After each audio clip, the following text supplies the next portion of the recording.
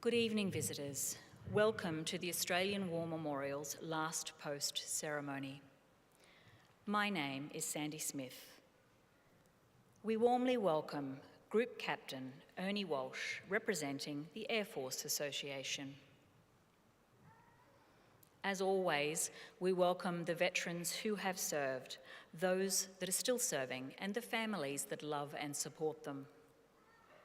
The live stream of this ceremony is made possible by the Returned and Services League of Australia and the RSL and Services Clubs Association. We welcome members who are watching the broadcast of this ceremony across Australia. During this evening's ceremony, wreaths will be laid at the base of the Pool of Reflection by visitors to the memorial. If you are now able, I now invite you to please stand and join in singing the National Anthem.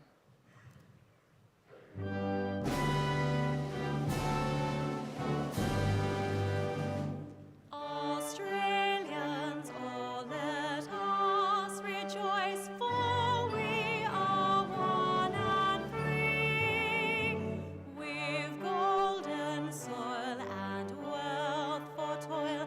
Our home is got by sea. Our land abounds in nature's gifts of beauty, rich and rare.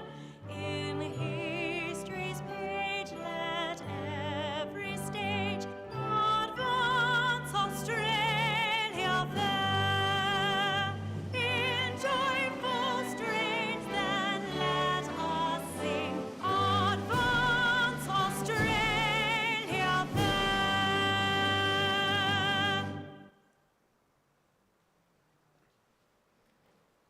If you are able, please be seated.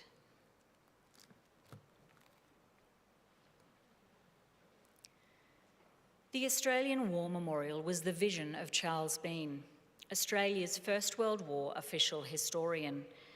Bean landed with the Australian troops on Gallipoli and stayed with them at the front through to the end of the war. The idea of this national memorial and museum came to him at Pozières, France, in the depths of the bloody fighting of 1916.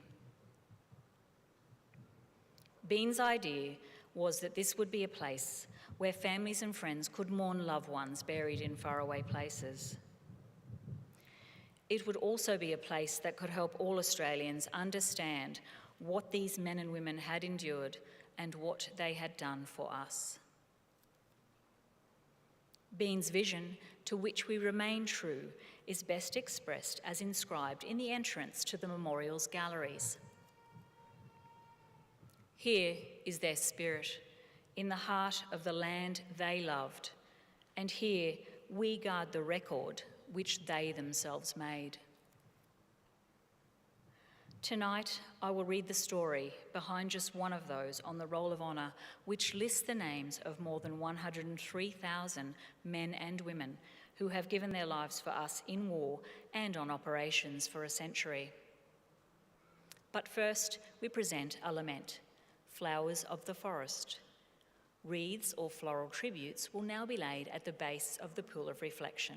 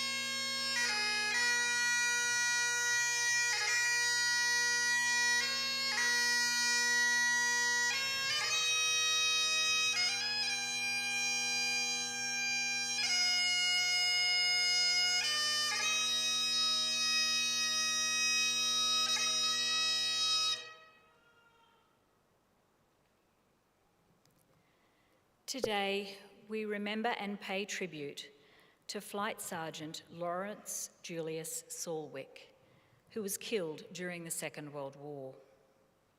Laurance Julius was born on the 23rd of March, 1925 in New York. His father, Julius, was a Russian-born American and had married an Australian girl, Ruth. In 1928, the family immigrated to Australia, where Julius was the managing director of a large hosiery company, Marks and Saulwick. Laurance attended Scott College in Melbourne and joined the college's cadet program. After leaving school, he went to work as a junior warehouseman with his father's company. He was naturalised as a British subject in 1935, and 2 years later, sadly, his father died. Having served in the Air Training Corps, Saulwick enlisted in the Royal Australian Air Force on the 4th of June 1943, aged 18. He was trained as an air gunner, and in February 1944, he received his badge and was made sergeant. Saulwick embarked for overseas service from Brisbane on the 1st of March 1944, arriving in Britain in April. As part of the Empire Air Training Scheme, he was one of almost 27,000 RAF pilots, navigators, wireless operators, air gunners and flight engineers who joined Australian and British squadrons in Britain throughout the course of the war. Further specialist training followed, and in August, Saulwick was promoted to Flight Sergeant. On the 26th of November 1944, he was posted to number 467 Squadron, the Royal Australian Air Force. As part of Bomber Command, the squadron flew the 4-engine Avro Lancaster heavy bomber. On the night of the 7th of January 1945, Bomber Command launched a major Royal Air Force raid against Munich. Saulwick was the air gunner on board Lancaster POL, which took off just after 5 p.m. The raid was the 7th and last such raid on the city and was considered a success, destroying many key targets. Number 467 Squadron committed 11 Lancasters to the mission, but one failed to return. At 4:15 a.m. on the 8th, the crew of Lancaster POL was on its way home. They had been flying for 10 hours when something appeared to go wrong. The aircraft descended towards the English coast and crashed near the village of Eye in Suffolk. No bodies were found on board, and it is thought likely that the crew bailed out somewhere over the North Sea. Their remains were never recovered, and all were presumed killed.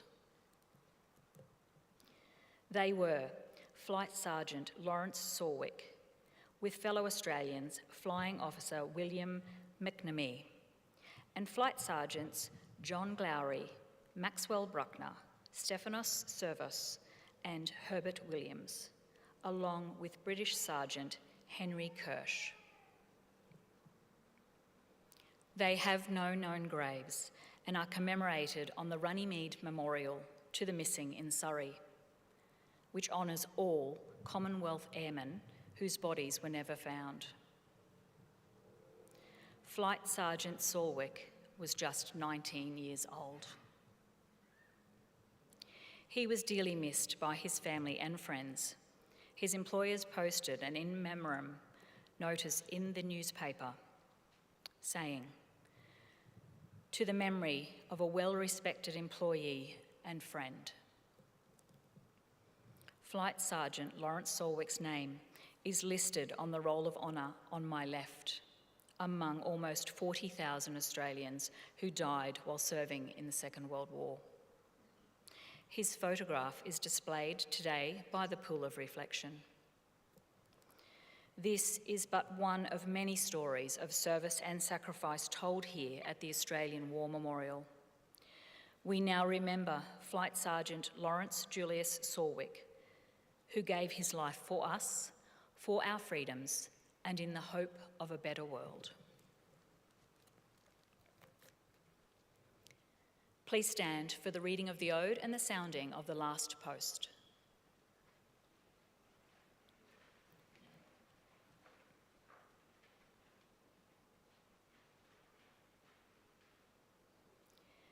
They shall grow not old, as we that are left grow old.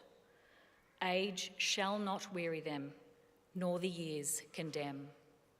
At the going down of the sun, and in the morning, we will remember them.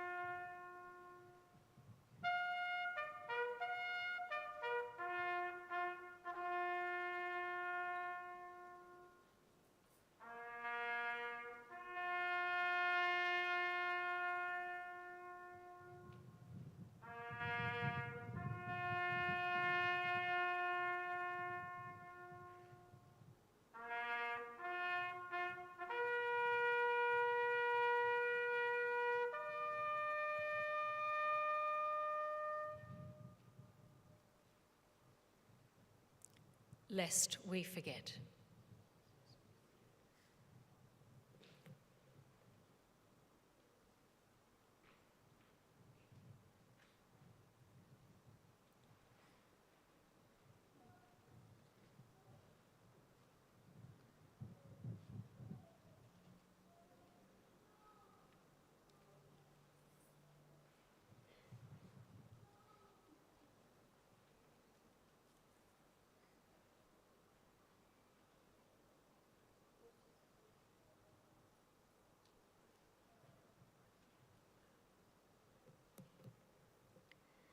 We leave you this evening with the words of the memorial's founder, Charles Bean.